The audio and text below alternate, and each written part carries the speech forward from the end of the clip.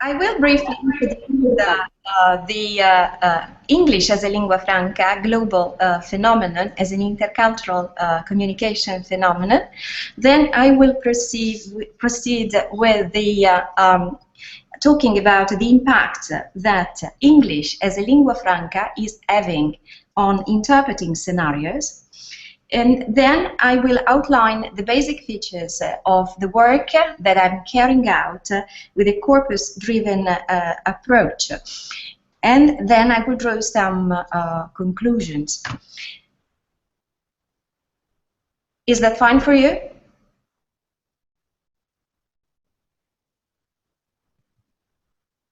So English as a lingua franca is a contact language, has been defined as a contact language by Firth.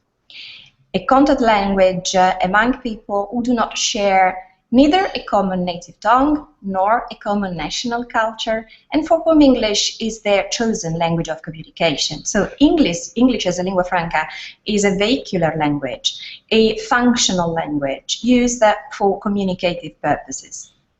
And it's very often used in several scenarios in a wide range of domains and functions, as Kogo and Dewey underlined. And they define it as a natural, very widespread in contemporary linguistic phenomenon.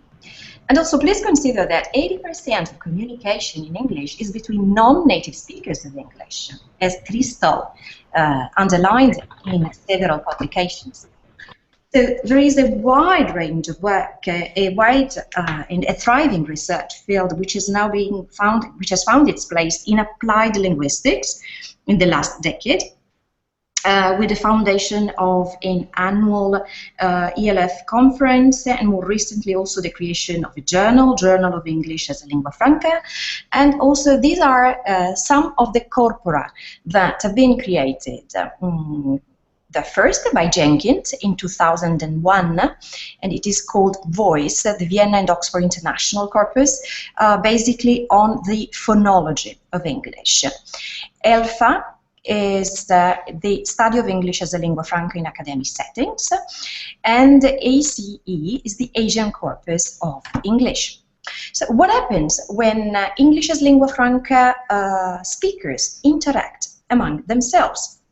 Well, everything goes on perfectly, as scholars have observed, Jenkins, Zeidelhofer, Mauranen, and Albor-Mikasa.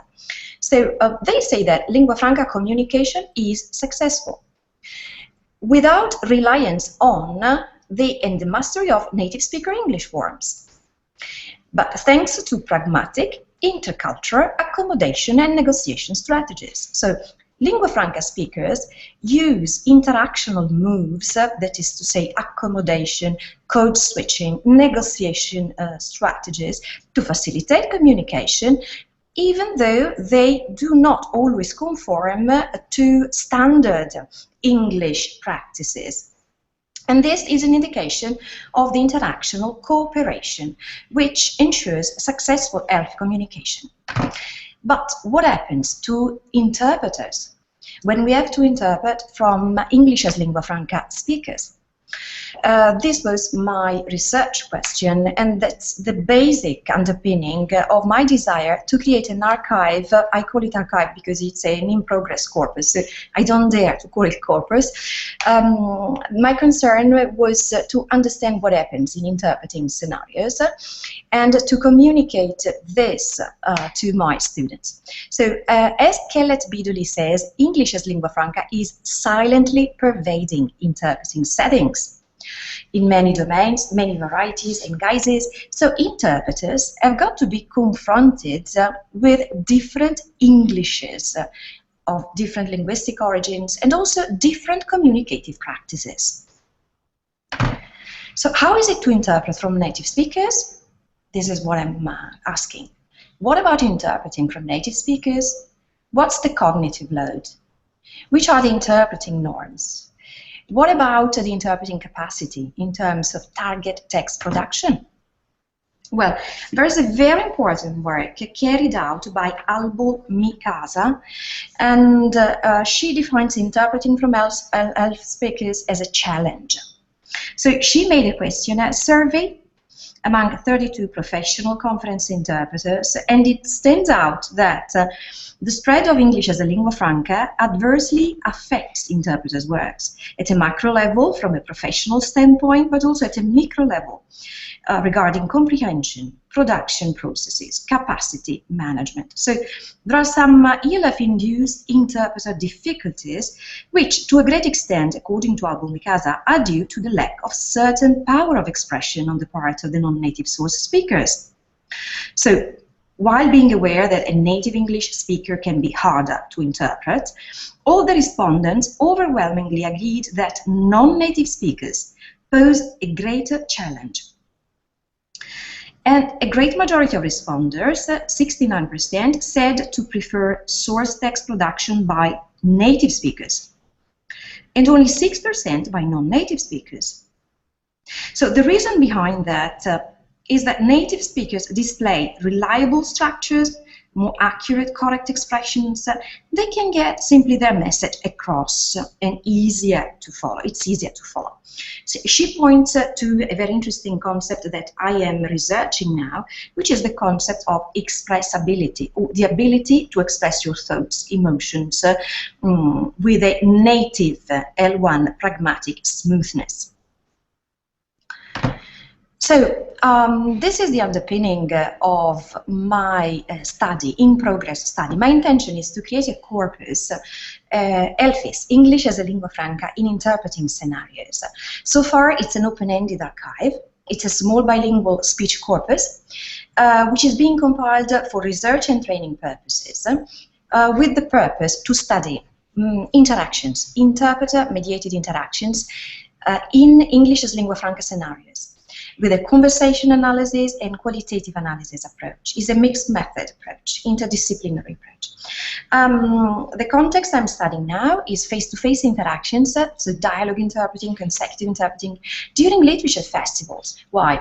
In Italy, this is a very widespread phenomenon involving a lot of interpreters, giving jobs to a lot of interpreters. It's a very peculiar sector, which is growing now. It's a seasonal sector, so maybe in springtime and fall seasons. So literature festivals also mean music, philosophy, and art. So a very vast domain. But I especially study those sectors when speakers coming from different lingua cultural backgrounds are involved. So guests are invited to take part to a conference, to a press conference, to an interview to present their book and their work.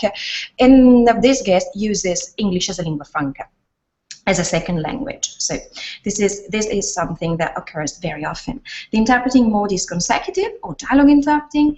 The directionality is English into Italian.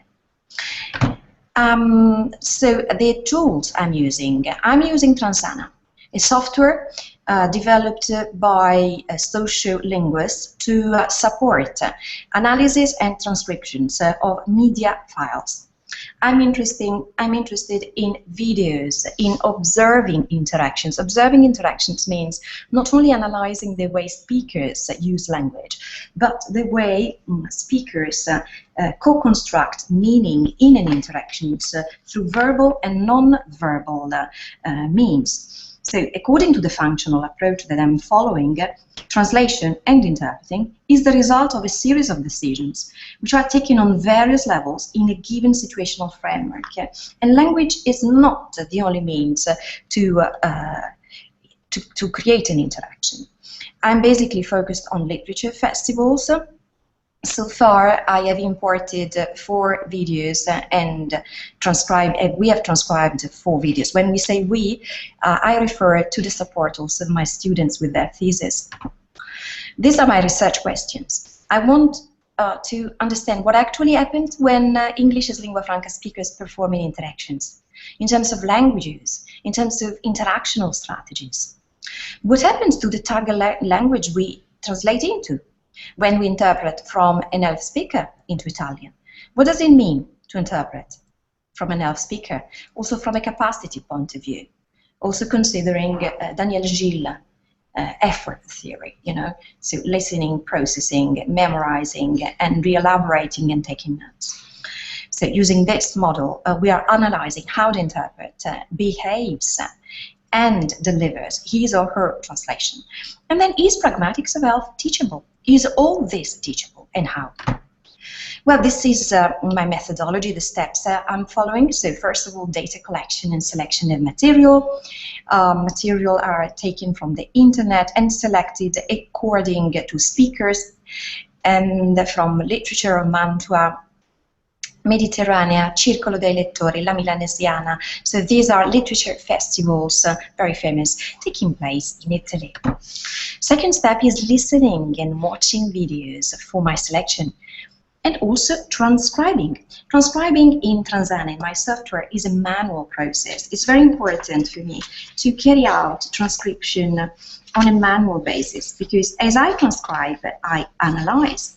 But I don't have time to talk about transcription, but it's a really fascinating piece of work, and my students are now starting to appreciate also the beauties of transcription. Then synchronizing video and transcript. It's very much important to link what you're analyzing on a video to a transcript. It's beautiful to read what you have listened to before during your analysis. Why? To identify analytical categories and assign keywords for research purposes. This is an example of Transana, and this is a screenshot.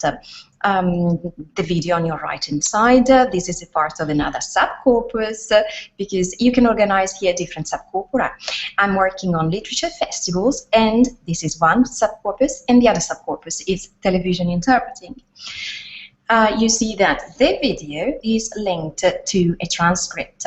This synchronization is controlled by the researcher by placing time codes. We call them time codes. So you just select and isolate an interaction. So we don't work on words. It's not lemmatized. It's not within the aim of my work.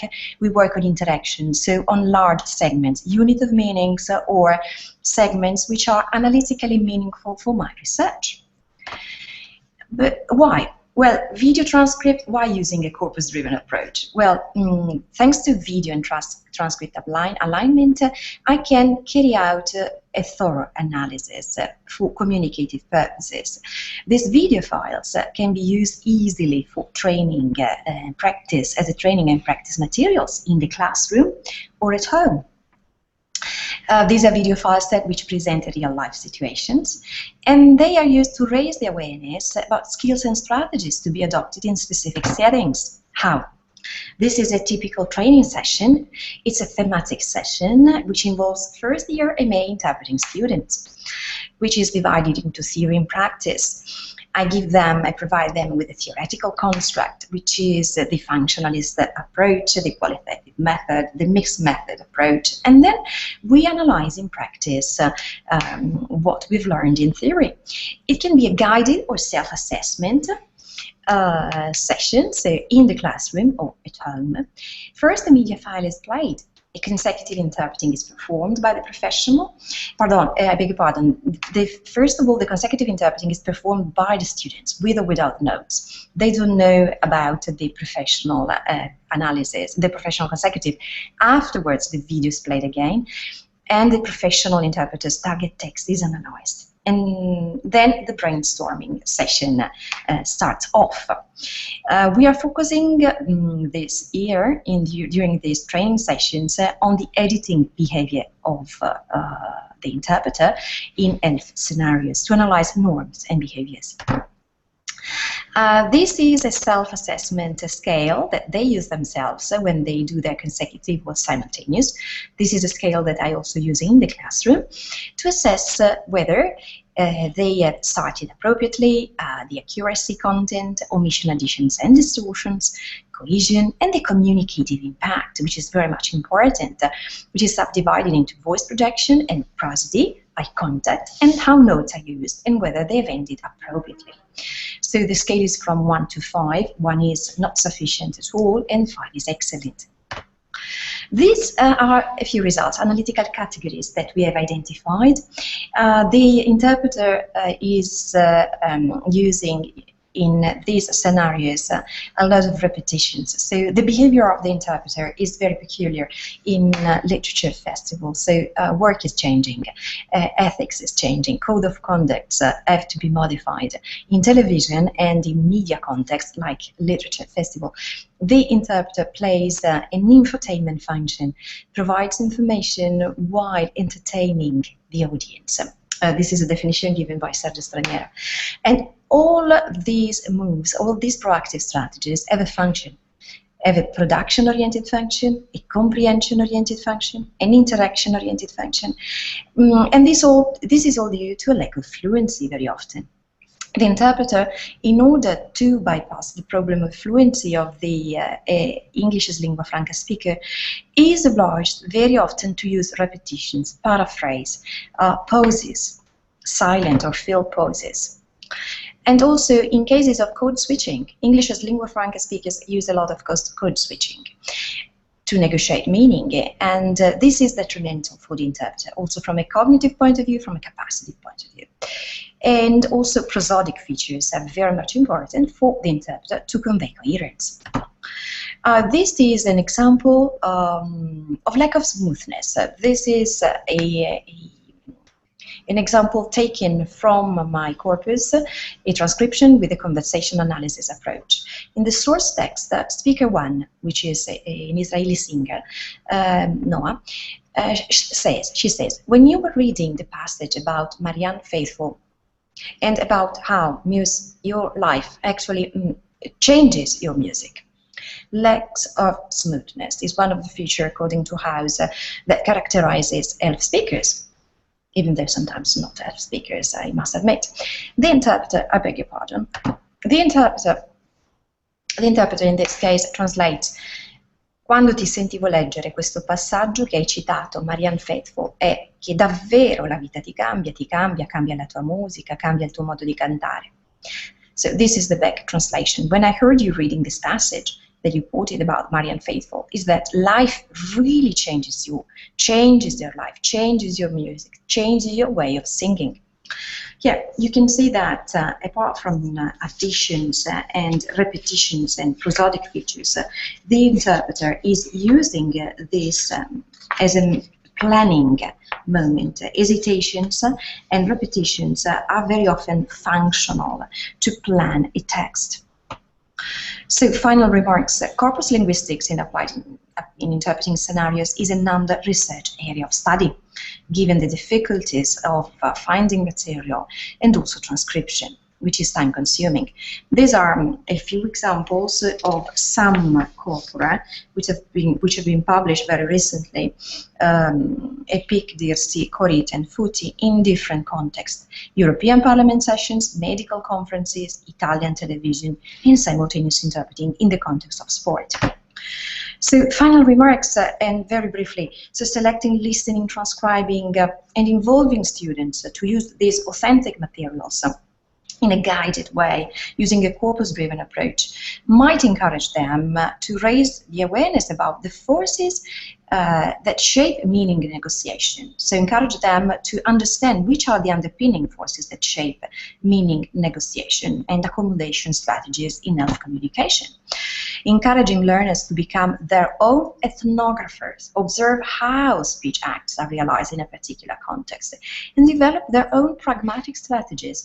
It's our responsibility to form, to train real professionals who are able to stand on their feet and legs, and with dignity, with professional dignity. So providing them with this tool as a self-assessment might be of a certain importance, and might also reduce stress when they will have to first approach the real world outside there, because exposing them to real context might reduce the stress of having to face a really unexpected situation. So the availability of large corpora in both original and translated text will enable scholars to uncover the nature of translated text as a mediated communicative event.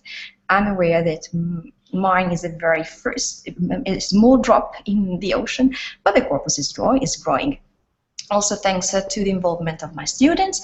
They contribute to the growth of the corpus with their theses. These are some of the theses which have been defended in 2012 and 13, working on final editions and repair in television interpreting with a corpus-driven approach, and on the playful macro-function of media discourse in interpreting, and consecutive interpreting and literature festivals. So this is a very, very small drop in the immensity of the ocean, which is aiming to encourage students and to convey them the passion for this job. Because if you want to build a ship, I leave you with this quotation I like a lot by Antoine de Saint-Exupéry. If you want to build a ship, don't drum up people to collect wood, don't assign them tasks and work, but rather teach them to long for the endless immensity of the sea. So thanks a lot. And this is my reference email, and this is the address of English as Lingua Franca network in the University of Southampton if you are interested in getting more information about it. Thank you very much.